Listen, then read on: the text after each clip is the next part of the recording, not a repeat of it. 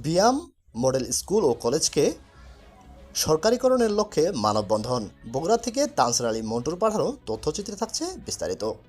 অভিযান নিউজ টিভির সাথে আছি আমি তৌফিক হাসান। বগুড়া বিয়াম মডেল স্কুল ও কলেজকে সরকারিকরণের লক্ষ্যে মানববন্ধন করেন বগুড়া সাতমাথা বিয়াম মডেল স্কুলের শিক্ষক এবং শিক্ষার্থীদের উপস্থিতিতে ছিল ব্যাপক। এ সময় বক্তব্য রাখেন বিয়াম মডেল স্কুলের শিক্ষক এবং সাংবাদিক সহ সমাজের গুণীজনেরা। বিস্তারিত দেখুন ভিডিওতে। 2025 সালে সরকারিকরণ দেওয়া হবে, আমরা রাজপথে অবস্থান করব।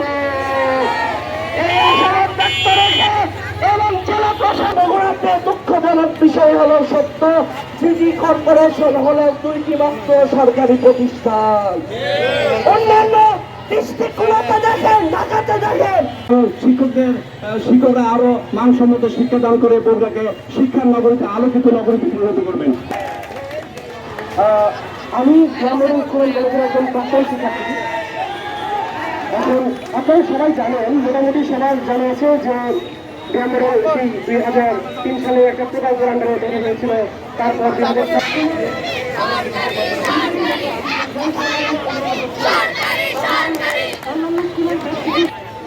এখন অনেকের প্রাণের দাবি এটা যে বিহার সরকারের হলে অনেক শিক্ষার্থী তারা অল্প বেতনে পড়াশোনার সুযোগ পাবে। আর একজন প্রাক্তন শিক্ষার্থী হিসাবে প্রত্যেকটা তারা তাদের স্কুলে যাবে, যেখানে খুশি স্কুলে ঢুকবে, স্কুলে যেয়ে বসবে, স্কুলের সাথে তাদের একটা আত্মার সম্পর্ক গড়ে ওঠে। কিন্তু সেই সুযোগটা আমাদের থাকবে। আমরা এই জন্য আমি আসলে